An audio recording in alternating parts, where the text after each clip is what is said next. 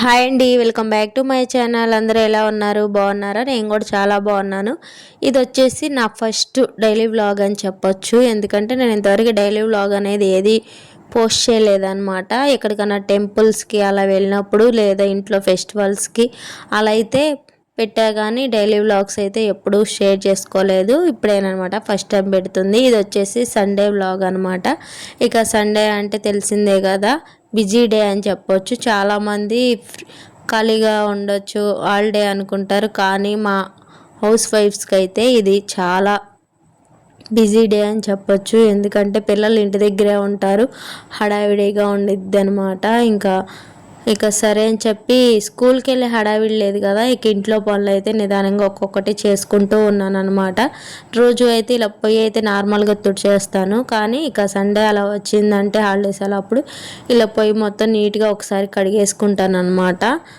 అలా కడిగేసుకున్నాం అంటే మనకి జిడ్డు అనేది అలాంటిది కూడా ఏం లేకుండా బాగుండిద్ది అనమాట. ఇక నీట్గా ముందు వంటగదిలోకి రాగానే ఫ్రెష్ ఫీలింగ్ అనేది వస్తుంది. ఇక మనకి ఒకసారి ఇప్పుడు మనం కడగకుండా అలానే పెట్టి ఉంచుకున్నా కూడా ఒకసారే వదిలించాలన్నా కూడా వదిలించలేం కదా. చూడండి, ఇక వంటగదిలో అంటే ఆయిల్ జిడ్డు పట్టేస్తుంది టైల్స్కి. ఇక మనం వారానికి ఒకసారి ఇలా తోముకున్నామంటే మనకి జిడ్డు అనేది కూడా పట్టకుండా ఉంటుందన్నమాట.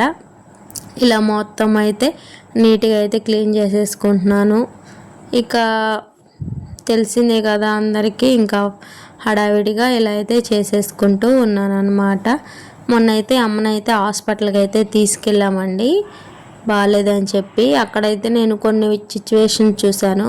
చాలామంది ఇప్పుడున్న జనరేషన్లో వాళ్ళు ఏంటంటే చిన్న చిన్న విషయాలకే సూసైడ్లు చేసుకోవడం, ఇలా చేసుకోవడం చేస్తున్నారు. కానీ హాస్పిటల్లో వాళ్ళు పడుతున్న ఇబ్బందులు అవి చూస్తే మన సమస్యలు వీళ్ళతో పోల్చుకుంటే ఎంత అని అయితే అనిపించింది నాకైతే.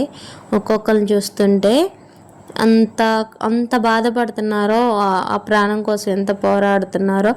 చిన్న విషయం అమ్మ తిట్టిందని లేకపోతే పాస్ అవ్వలేదని అట్లా ఇట్లా అని చాలామంది పిల్లలు ఇప్పుడైతే అలానే చేసుకుంటున్నారు కదా. ఇలా అయితే ఆలోచించండి. ఒక్కసారి మనకి అలా ఆ థాట్ ప్రాసెస్ వచ్చినా కూడా ఒక్కసారి హాస్పిటల్కి వెళ్ళి అక్కడ ఉండే సిచ్యువేషన్ చూసారంటే మీకు వీళ్ళే ఇంత కష్టపడుతున్నారు, మనం ఎందుకు ఇది అవ్వాలి అనేది అయితే మనకి తెలుస్తుందనమాట. అక్కడ నాకు ఇంకో సిచ్యువేషన్ కూడా ఎదురైందనమాట. ఏంటంటే ఇంకా అమ్మని చూపించాము, ఇక వెయిట్ చేస్తున్నాం అనమాట. వేరే డాక్టర్ అపాయింట్మెంట్ ఇచ్చారని చెప్పి అయితే ఒక మదర్ అండ్ వాళ్ళ అమ్మాయి అయితే వచ్చారండి. వాళ్ళు కూడా చూపించుకున్నారు ట్యాబ్లెట్స్ కోసం అని చెప్పి. అక్కడికి వెళ్తే వాళ్ళు బిల్ అయితే 2000 అట్లా అయిందని చెప్పారు. అయితే వాళ్ళ అబ్బాయికి ఫోన్ చేశారండి, వాళ్ళ అబ్బాయికో సంథింగ్ వాళ్ళ అల్లుడికో, నేనైతే అడగలేదు వాళ్ళని. అయితే ఆయన అయితే ఏమన్నారో తెలుసా, బిల్లు పెట్టండి, బిల్లు పెడితే దాన్ని బట్టి నేను డబ్బులు వేస్తాను అని అన్నాడండి. అంటే తల్లి మీద అంత ఒక కొడుకు వాళ్ళ అబ్బాయి అనుకుంటా, తల్లి మీద ఆ మాత్రం నమ్మకం కూడా లేదు. పాపం ఆమె ఎంత బాధపడిందో నమ్మవా అని చెప్పి. ఇంకా వాళ్ళేమో హాస్పిటల్లో బిల్ అనేది ఎవరంట. ఇక ఏం చేశారంటే ఇంకా వాళ్ళ దగ్గర 1000 ఉంటే ఇక 1000 పెట్టి ఇక మందులు అవి తీసుకుని ఇంకా మిగతా అయితే తీసుకోలేదండి. మరి చిన్నప్పటి నుంచి అట్లా అనుకుంటే మనల్ని పెంచేటప్పుడు వాళ్ళు ఎన్ని లెక్కలు వేసుకోవాలండి. మన చిన్నప్పటి నుంచి పెంచి పోషించి ఇచ్చేసారు కదా, మరి వాళ్ళు లెక్కలు వేసుకుంటే అసలు మనం ఉంటామా చెప్పండి. నాకైతే చాలా బాధ అనిపించింది ఆ సిచ్యువేషన్లో అయితే. మరి ఇంత ఘోరంగా ఉన్నారు ఏంటి అని.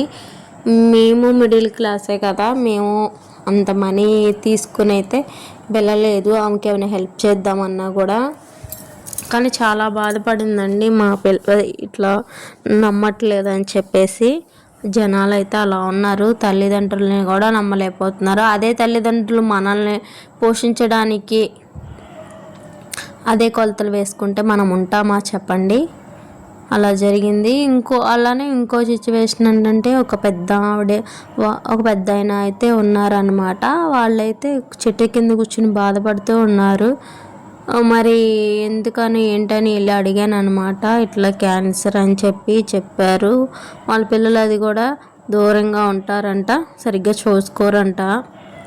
వాళ్ళిద్దరు కూర్చుని వాళ్ళకి వయసు ఎంత ఉండేదండి, ఒక 70-75 ఉంటాయేమో తాతగారికి, మామగారికి కూడా. అట్లానే ఉండొచ్చు, కొంచెం అటు ఇటుగా. వాళ్ళిద్దరు కూర్చుని ఎంత బాధపడుతున్నారో నాకు కూడా అయితే చాలా బాధ అనిపించింది. వాళ్ళకి డబ్బు పరంగా హెల్ప్ అయితే ఏం చేయలేదు, కానీ ఇట్లా ఏం కాదు అనే ధైర్యం అయితే ఇచ్చాను. ఏం కాదులే తాతయ్య, ఏమవ్వదు, అంతా క్యూర్ అయిపోద్ది అని చెప్పి ధైర్యం అయితే చెప్పాను. మనం డబ్బు సహాయం చేయకపోయినా అలా ధైర్యం ఇచ్చినా కూడా కొంచెం అయినా హెల్ప్ అవుద్ది అంటే, అమ్మ థ్యాంక్స్ అమ్మా అని అయితే చెప్పారనమాట తాతగారు అయితే. నాకైతే వాళ్ళని చూస్తే ఆ సిచ్యువేషన్లో చాలా బాధ అనిపించింది. చాలామంది ఏమంటారంటే నీతులు చెప్తారు, మీరు ఇంట్లో చూసుకోండి అని అయితే చెప్తారు. మనం ఏంటనేది మనకు తెలుసు, మనం చూస్తామా చూడమా అనేది మనకు తెలుసు. ఒకళ్ళు చెప్తే మనం ఇచ్చేయాలని అయితే లేదు. ఎవరింట్లో వాళ్ళు చూసుకుంటే తర్వాత పక్కన వాళ్ళకి నీతులు చెప్పొచ్చు కదా. నీతులు చెప్పడానికి ముందుంటారు, వాళ్ళ ఇంట్లో కంప అయితే ఎవరికి తెలియదు కదా.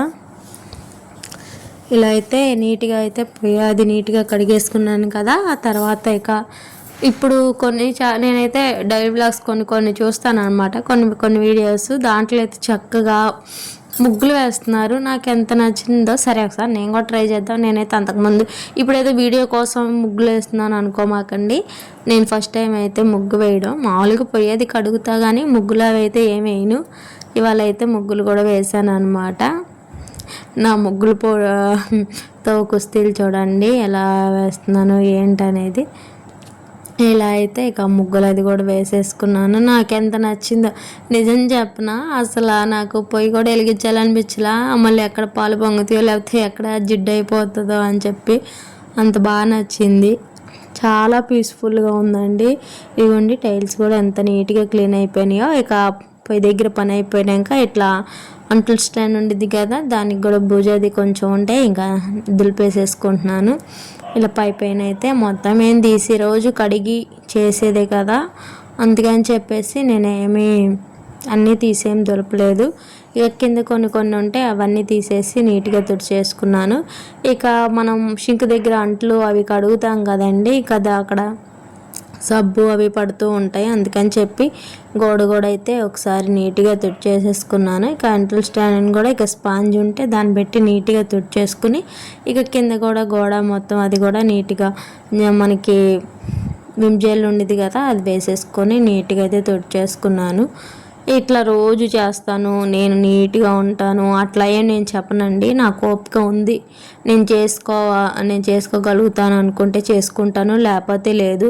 నేను నీట్గా ఉండాలి, నేను నీట్గానే ఉంచుతాను అట్లా ఏమైతే నేను చెప్పను. ఎందుకంటే నాకు ఓపిక ఉంది, నేను చేసుకోగలుగుతాను అనుకున్నప్పుడు మాత్రమే నేను చేసుకుంటాను అన్నమాట నీట్గా. అంతేగాని రోజు తుడుస్తాను రోజు కడుగుతాను అని అట్లయితే నేనేం చెప్పను, ఎందుకంటే నేను చేయను కాబట్టి. అలానే మరీ ఇదిగా అయితే పెట్టుకోనులేండి, ఇల్లు కొంచెం పర్లేదు.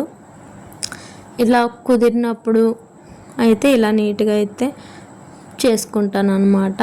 పిల్లలు హడావిడి ఉంటూనే ఉంటుంది ఏదో ఒకటి, అందుకని చెప్పి ఇలా సండే అప్పుడైతే ఇచ్చేస్తున్నాను. ఈ పనుల్లో పడైతే మాకు పైన ఇంటికి కన్స్ట్రక్షన్ జరుగుతుంది కదా, వాళ్ళకి టీ ఇవ్వడం కూడా మర్చిపోయాను. టైం చూస్తే ఏముంది 11 అయిపోయిందండి. ఇంకా హడావిడిగా గబగబా ఇవన్నీ పట్టుకునేసరికి 11-12 అయిపోయింది అనమాట. అన్నీ నీట్గా సర్దేసుకున్నాను. ఇవి ప్లాంట్ చూసారా, బాగున్నాయి కదా. అవైతే నేను మీషోలో తీసుకున్నాను, ఆ వీడియో కూడా పోస్ట్ చేస్తాను, ఎవరికైనా కావాలంటే కామెంట్ చేయండి.